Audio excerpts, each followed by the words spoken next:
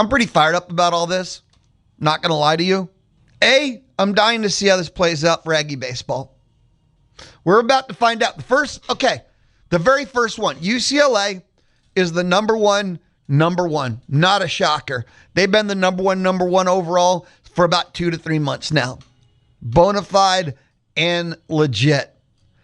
Aggie baseball, that's our fascinating conversation. Their resume is a top 8 national seed. They faded in the last month. They finished number 3 in the SEC. Their adjusted RPI puts them at about 7. But D1 baseball, in their final projection, had Aggie baseball at a 10. Not borderline, not 9, at a 10, paired with Alabama. I'm going to tell you something about the super regional thought.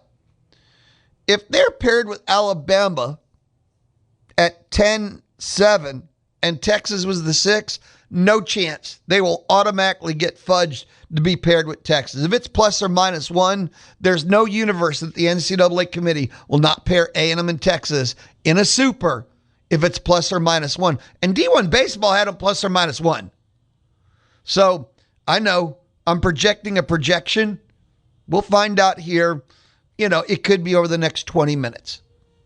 I'll share as it gets revealed. So UCLA is the number 1 overall seed. Georgia Tech just got revealed as the number 2 overall seed.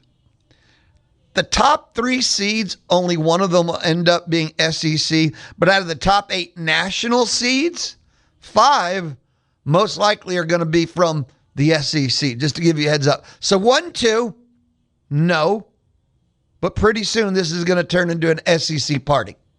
Number 1 overall, UCLA. Number 2 overall is Georgia Tech. Last night, all we found out were the 16 host sites in no particular order.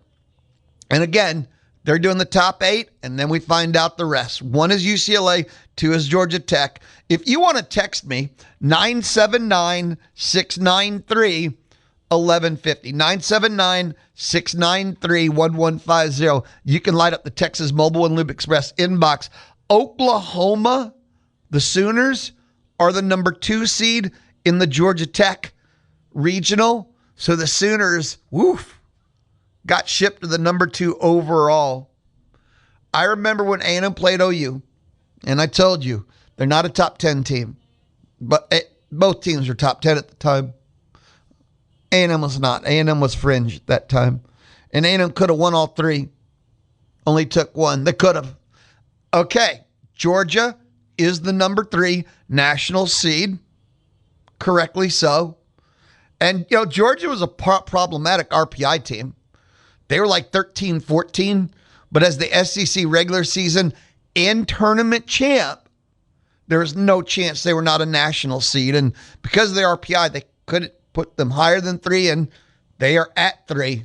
They're going to play the Long Island Sharks. I should have did trivia for $1 million, but I don't have $1 million. If I would have asked you, what's the Long Island athletic teams called? Sharks. Pretty cool looking logo too. So Georgia is the number 3 national seed as the SEC champ regular season and tournament. Oh, they have this shot. Boston College is going to be like the 2 seed there. And they're in their locker room waiting. And it looks like when a death row prisoners would find out what they're getting for their last meal. Yay, I'm so happy, but it's my last meal. I mean, oh man. So Georgia, number 3 overall, gets the Long Island Sharks, Boston College, and Liberty. I'm going to pick Georgia to advance. Right there. That's my bold prediction for a Monday here on the Louie Bellina Show, presented by CC Electric. I think Georgia's going to make it out. Again, selection show in Auburn. Wow. That's a team that shot up the rankings. That's a team that the committee's buying a lot of stock in. Auburn's your number 4 national seed. So Auburn, by dismantling A&M at the end of the regular season and then humiliating A&M in the SEC tournament, Auburn's earned a number 4 national seed. And they'll play the Milwaukee Panthers. Very standard animal mascot, but it looked cool. NC State. And who's their 2 seed? Auburn's the 4. That's a pretty big Torbush wow. Committee bought a lot of stock in Auburn. That's going to get a lot of discussion. And UCF, pretty good baseball team. Not special whatsoever, but nice baseball team in UCF. Okay, right now UCF's probably going to win there's all the videos of teams that are having hosting parties, watch parties. UCF is having a pool watch party, and they're in the pool. They're all like in swim trunks, and they're not at a pool. They're in the pool, so they're all diving and splashing. You'll catch it viral, but UCF's going to win the pool, just the watch party video. That was hilarious. They win easily. So we've got our top 4 national seeds right now. We're halfway there. I don't know if we're living on a prayer, but UCLA is your number 1 overall. Va-Tech is their 2 seed. G-Tech, Georgia Tech's the 2. OU is their 2 seed. Georgia's the 3. Auburn's the 4. And we just got North Carolina as the number 5 national seed. And I'm just going to be honest with you. If you're not a college baseball, and we'll talk Astros, Rangers, we're even going to talk about the Softball World Series set. So if you're not a Diamond Sports fan, Monday Louie Bellina show might not be to your preferred taste buds. Sorry, I apologize, but that's the reality. Today is a baseball/Diamond Sports day on the Louie Bellina show. That's how we're going to roll. North Carolina is the 5, Chapel Hill Regional. Who's their 2? Come on, don't hold me in suspense here. How long could you talk about East Carolina? They're the Pirates, right? Oh, Tennessee. So the Volunteers got shipped off to Chapel Hill. Life post-Vitello. So we've already got a couple of SEC reveals through the top 8. We know that Auburn and Georgia's the 3 overall. Auburn's the 4 overall. Oklahoma got shipped to Georgia Tech, who's the 2, and now Tennessee got shipped to North Carolina. That's the 5. Again, we're waiting now. 5 of the national seeds have been revealed. 6, 7, 8, 9. 3 of those are going to go to SEC teams. Will A&M be one of them? The odds are no. The odds, every projection, everything has A&M out. And I was so disappointed with the Auburn SEC tournament effort. After the Mississippi State, I thought A&M maybe turned some kind of corner. Obviously, they didn't. Texas, the Longhorns, are the number 6 national seed. Austin Regional.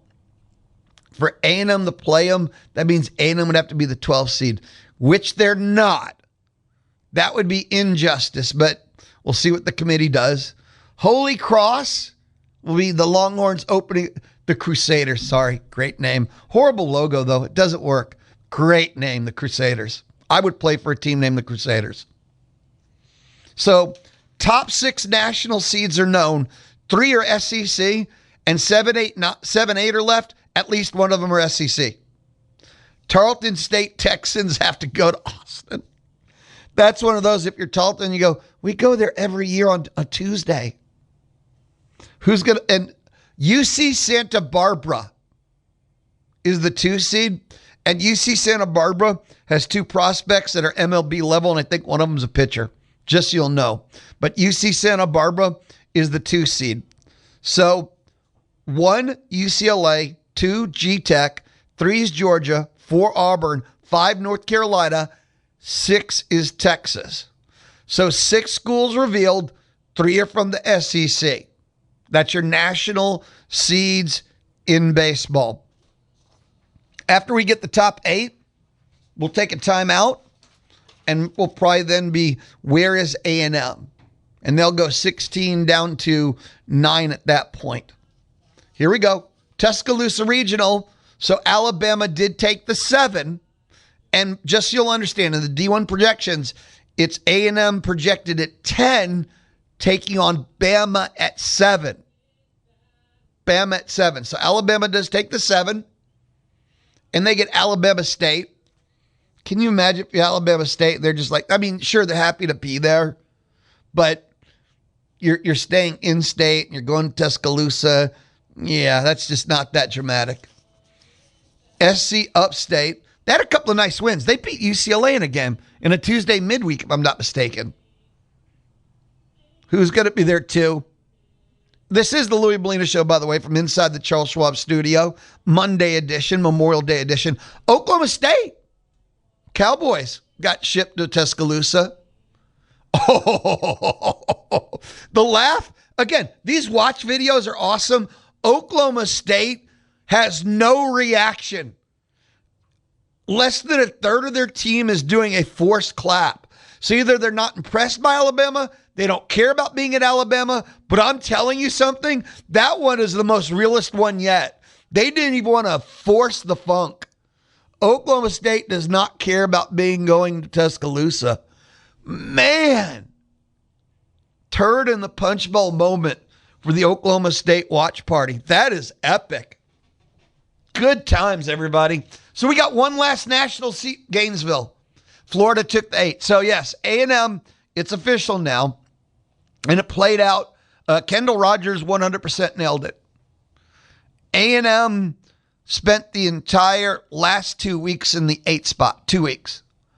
And Florida, Bama pushed them out at the end. I'll tell you what we're going to do. We're going to take a timeout just a little bit early because up next is going to be the next seeds, and that's A&M. So we're going to find out what A&M's final seed is, who they're paired with a super, who are the Aggies going to be hosting Friday, Saturday, Sunday. I can tell you that Michael earlier today on Tex Ags Live, he's at 9 o'clock every Monday, did reveal that A&M will be an afternoon game Friday. The Aggies will be an afternoon game on Friday. So an early timeout so we can come back and set up, well, the second half of the field of 64, but really the A&M regional. This is the Louie Bellina Show inside the Charles Schwab studio, Monday on the Zone. You can hear Aggie baseball online at RadioAggieland.com. RadioAggieland.com. It is the Louie Bellina Show. Welcome. Thanks for hanging out with me. Hope your Memorial Day weekend was epic, awesome. Hope your Memorial Day is more awesomer. I don't think that's proper English, but no one accused me of using it. Welcome to the Louie Bellina Show. It is a very diamond sport kind of day. We're starting off, the field of 64 is being revealed. We have the first 8 national seeds. We're going to get the rest of the field after they come back from their timeout. We know that the number one is UCLA. Number 2 is Georgia Tech. Oklahoma got shipped there. Number 3, Georgia, your SEC regular season and tournament champs. Number 4 is Auburn. Number 5, North Carolina. Tennessee got shipped there. Number 6 is Texas. Number 7 is Alabama. And number 8 is Florida. Aggies did not get a national seed. Taking a look at already going to tell you. If you're into the social media universe, if that's a thing for you, go find, who was it? How did I already butcher it? Real time is tough. But the watch video reaction ones, and was it UCF? Who was it? That the pool watch party where they were in the pool? That's going to be the win. Oh, we've just picked up again. The number 9, The number 9 national seed is Southern Miss. So Florida and Southern Miss are paired in the Super. It does look like, remember, D1 baseball, the prediction, A&M was the 10 paired with Alabama. A&M was the 10 paired with Alabama. So the number 9 national seed is Southern Miss. So remember something. We went into the final week, tournament week, with A&M as a projected 8. So, and remember, that was projected. What was reality? The committee will never tell you. So it looks like A&M has slipped now. They lost 8, slipped out of 9. So 10 would be the best case. So 8 is Florida. That's the 9 Southern Miss.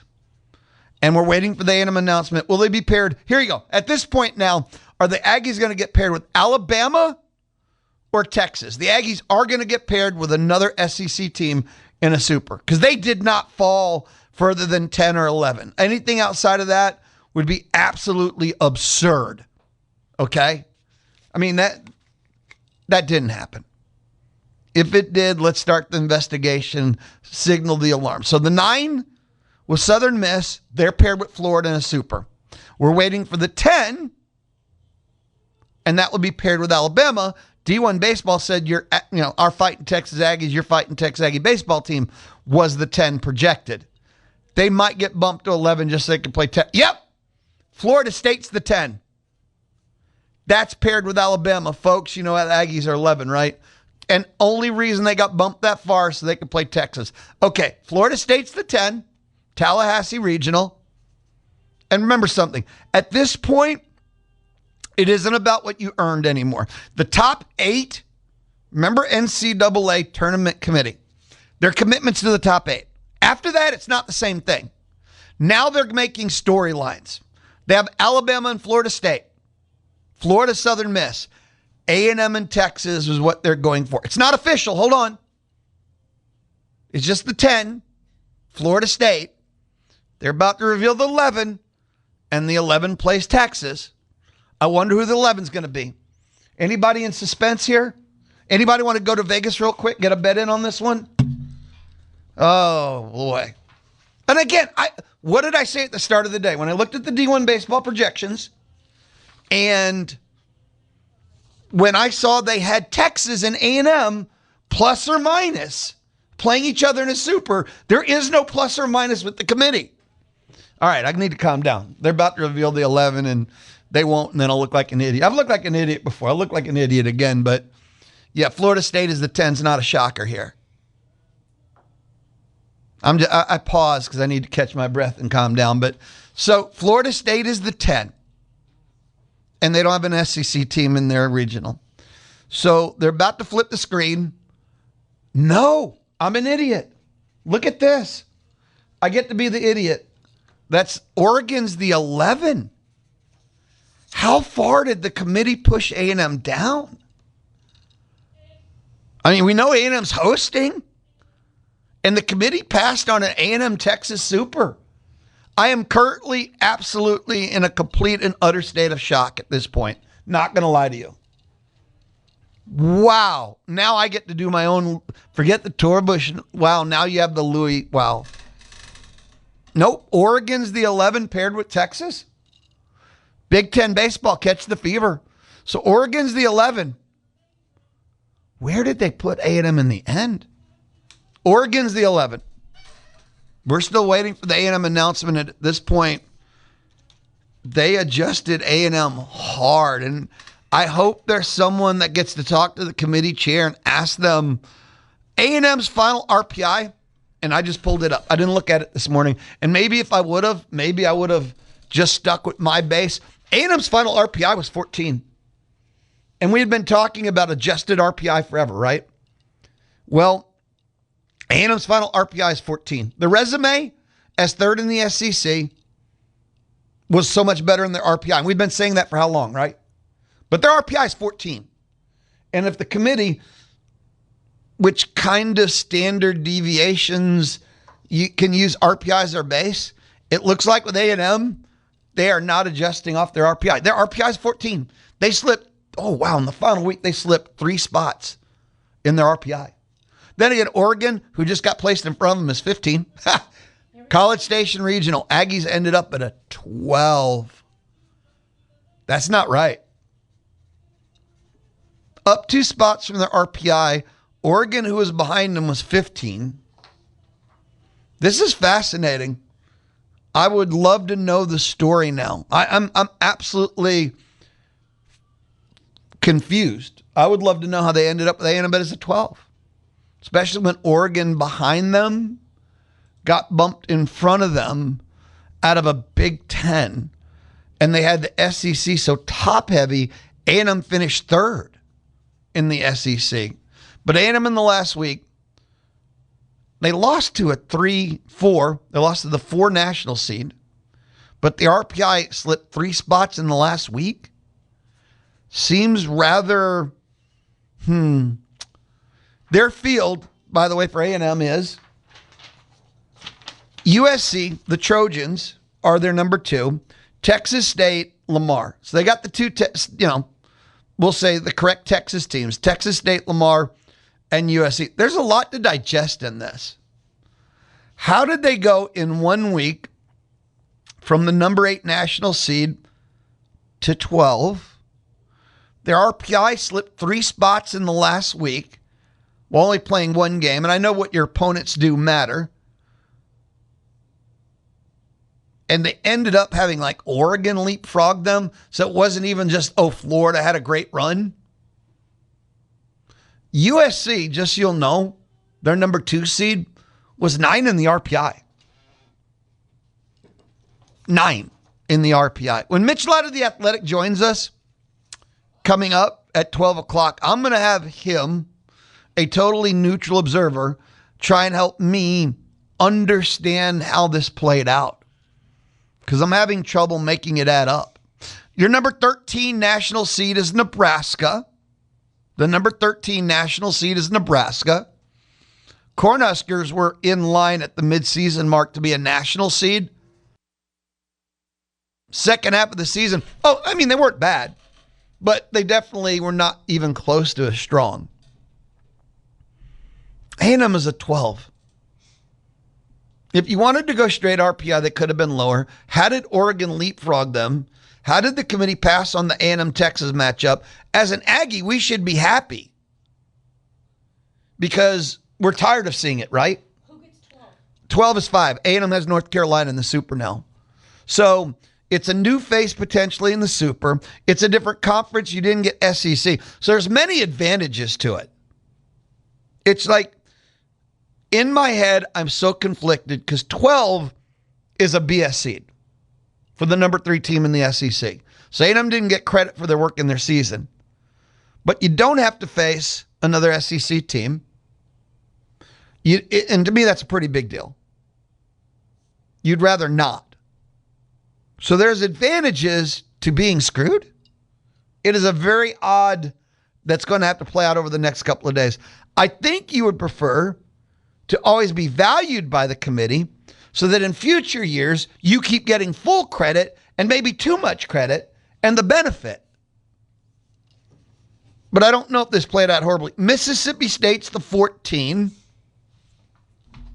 And again, that was another one. See, Mississippi State's RPI ended up 13, better than A&M's in the end. I would like to know how A&M, at this late in the season, to move 3 spots in the RPI in 1 week when there was only conference tournaments and everything is neutral, so you can't even get road bonus points. I don't see how that's possible either. There's a lot that got confusing really, really quick to me. Really, really, really quick. I got a text message that says, I guess the committee doesn't like A&M's pitching. Oh, that's fine, but the committee can't do that. They have numbers, analytics, and data. They're not supposed to sit there and seed people based upon what they think you're going to do in the postseason. That's not anywhere in their job or their task. So they can sit there and go, well, I'd love to hear the chairman go, yeah, when we looked at their pitching and compared to all the postseason pitching, they have the worst pitching staff we've ever seen in the history of the postseason. So we just didn't feel like bothering at all ranking. That's not their job. Because A&M's season collection is what they did with the pitching they have. And they finished 3rd in the SEC and et cetera. But the RPI dump in the last week is fascinating. That's real. That has to be accounted for. Finally, we're wrapping things up with the national seeds, and we'll take a timeout. 13 was Nebraska. 14 was Mississippi State.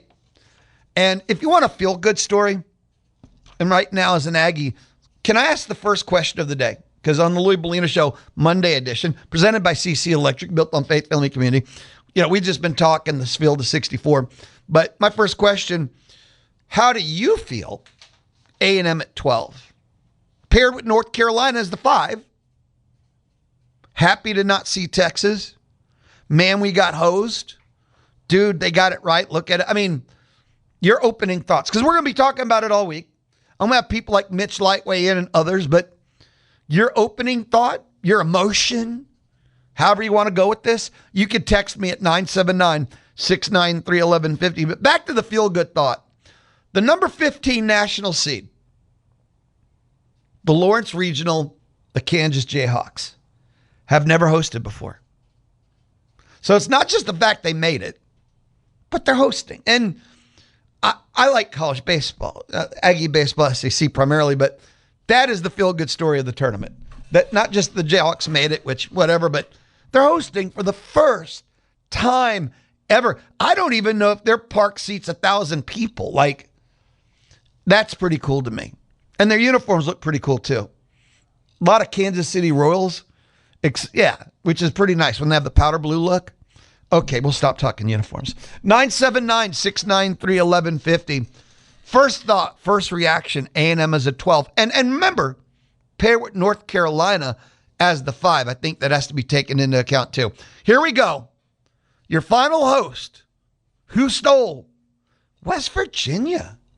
The Big 12, a little love and respect. West Virginia gets the 16.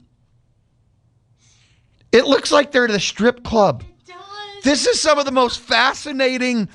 Okay, if nothing else, the whole reveal show, these watch party videos, the pool party one is the champion easily, but now the strip club one for West Virginia, and they're going to tell you it's not a strip club.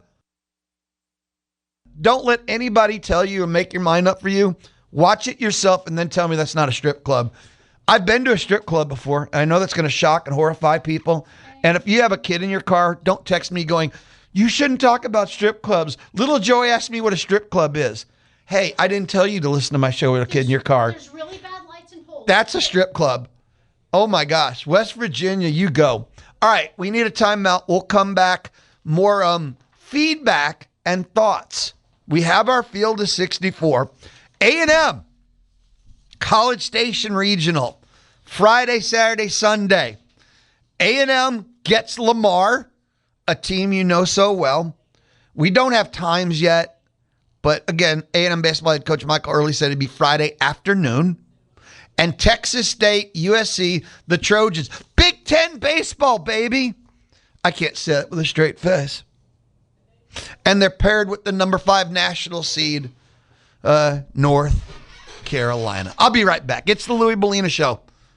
Inside the Charles Schwab studio, presented by CC Electric. All true. Monday on the Zone. The Louie Bellina Show. All right, now listen up. Learn more with the Community Spotlight each Tuesday at 1:50. Be part of the Louie Bellina Show. Weekdays 11 to 2 on the Zone. The Louie Bellina Show inside the Charles Schwab studio.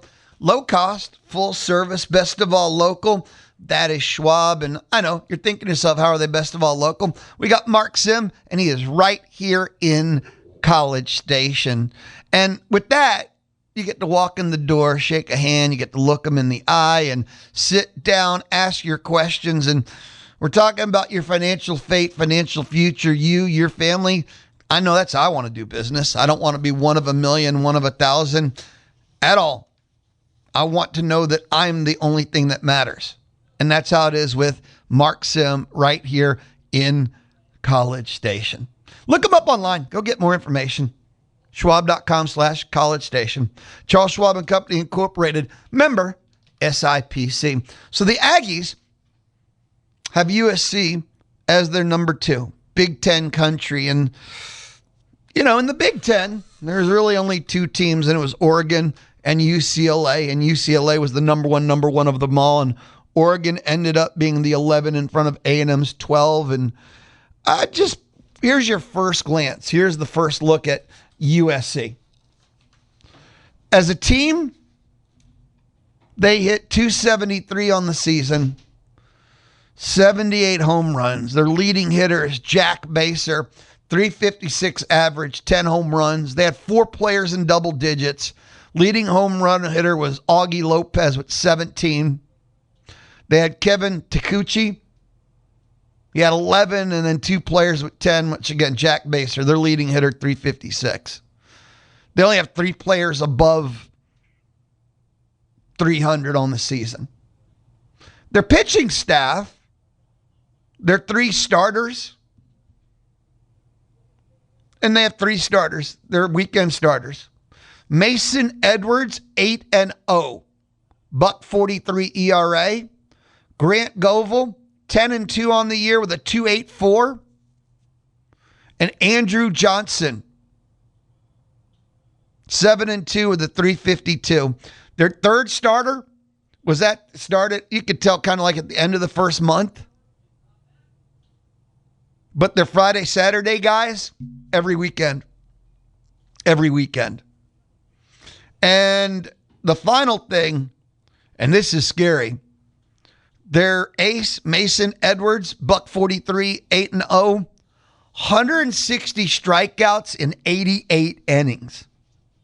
And I'll say it one more time because that's just freaking insane. 160 strikeouts in 88 innings. Opponents are batting 146 against him. And the Big Ten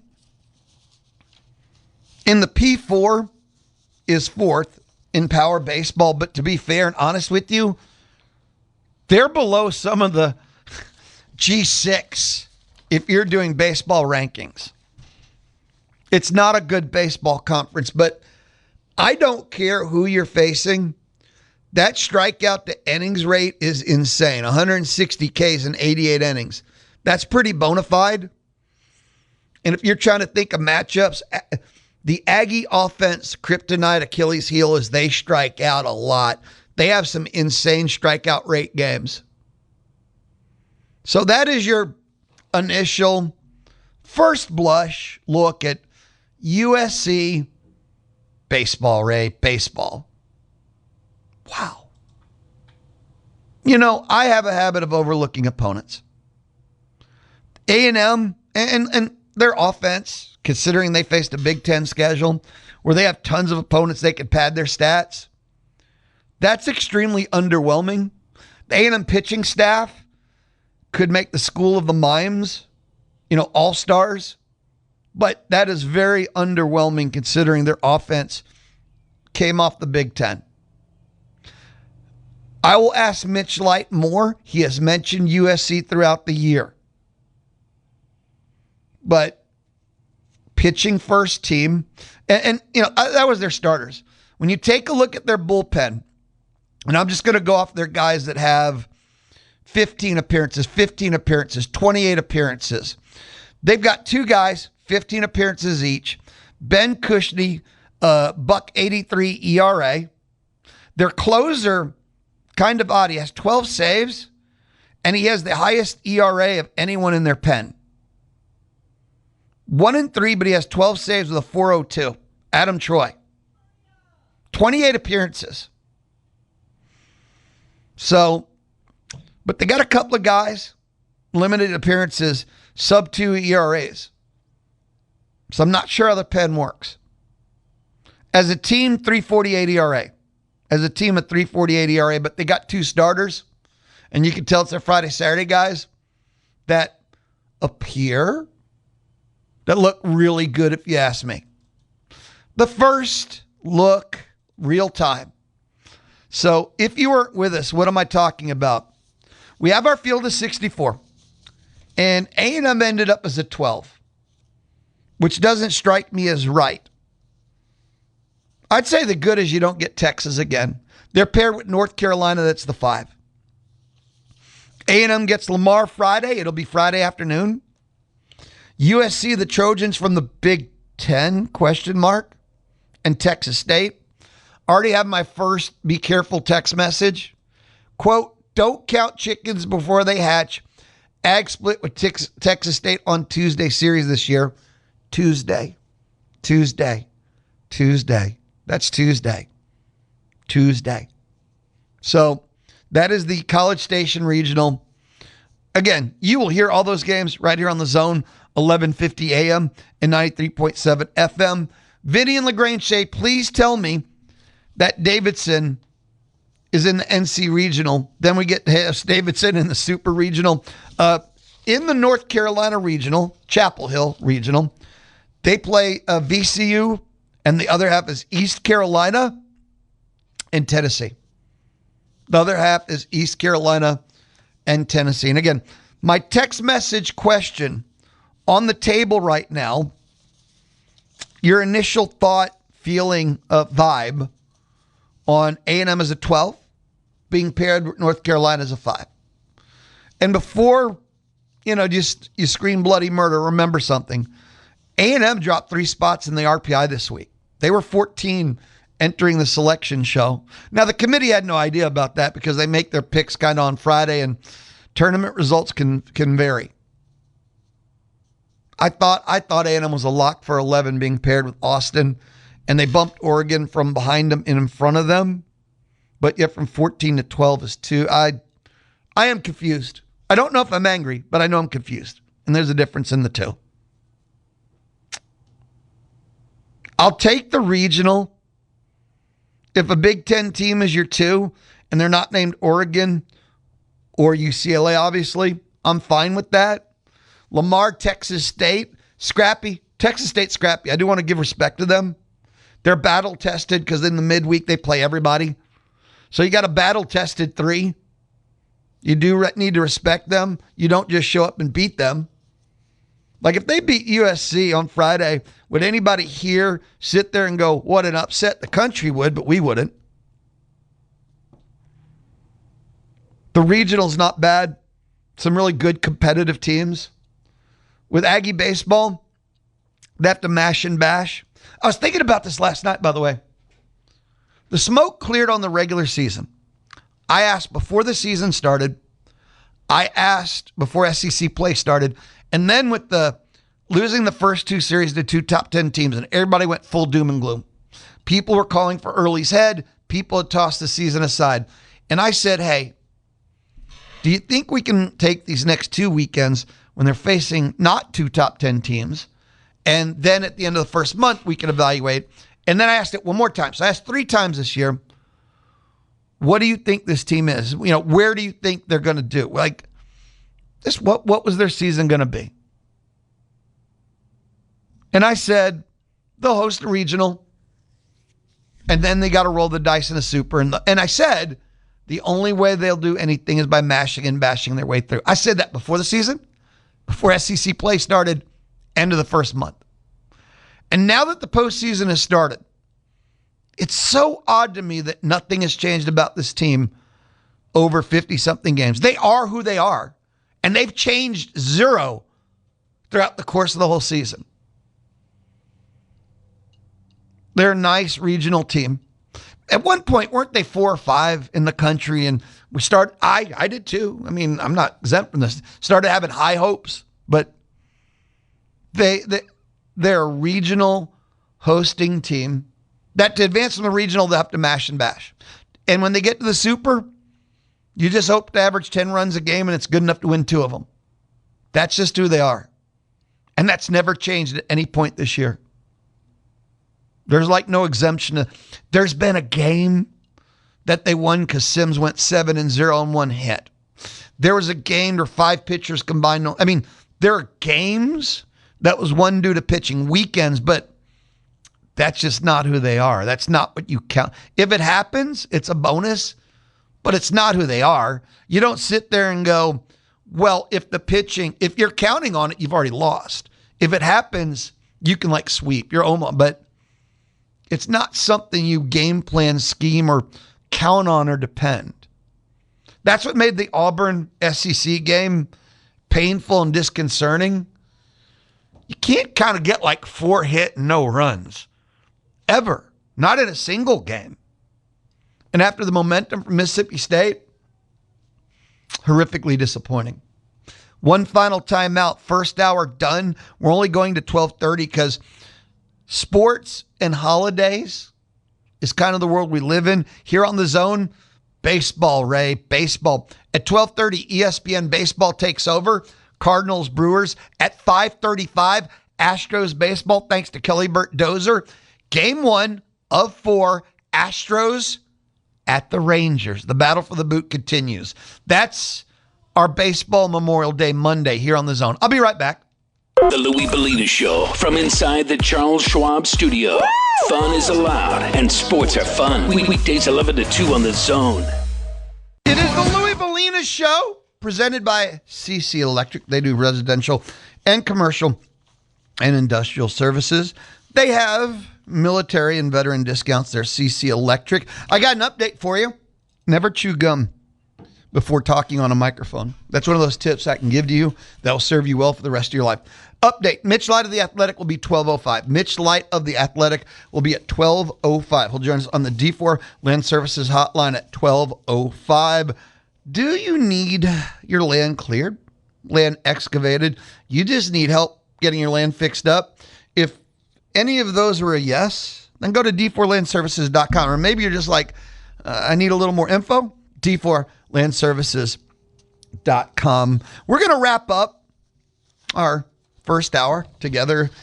Maybe this is tragedy or maybe this is comedy. I'll let you decide. But Saturday, Johnny Manziel made his MMA debut. It was the brand risk 14 card. He took on social media influencer Bob Menery. I don't know if you watched it. If you have I don't even know if it's 90 seconds. It's kind of like a minute long, really, the whole fight. Watch it. I mean, it came across my social medias. I didn't even know the fight was this weekend. It's very quick. It is horrible. It is, but the two of them stand up, and every time they try a move, it looks like they're going to fall over. As someone who has loved, we'll say, MMA and the fights for decades now, this is not a UFC fight. It's not even really an MMA fight. It's not even a good brawl. Because again, they move and they look like they're going to weeble wobble and fall down. But so they do some horrible looking stuff. And then Johnny takes them down, mounts them, pounds them. Ref stops the fight. I think Menery tries to protest the stoppage. His face is chopped meat. And it wasn't even a fight. Menery was never going to do it. It was horrible. Horrible. Afterwards, Manziel made it clear that, his first and only fight. He's good now, but he did it. Dana White's cackling because White hated Menery. And, man, this whole thing was one big stunt, but it happened. I saw a tweet. I think it was Rich O'Toole. Best tweet. Northgate is a great place to train for the MMA. I think that was the line of the night. Maybe the most positive thing that came from that fight. Northgate is a great place to train for MMA. I'll be back. Mitch Light of The Athletic and more.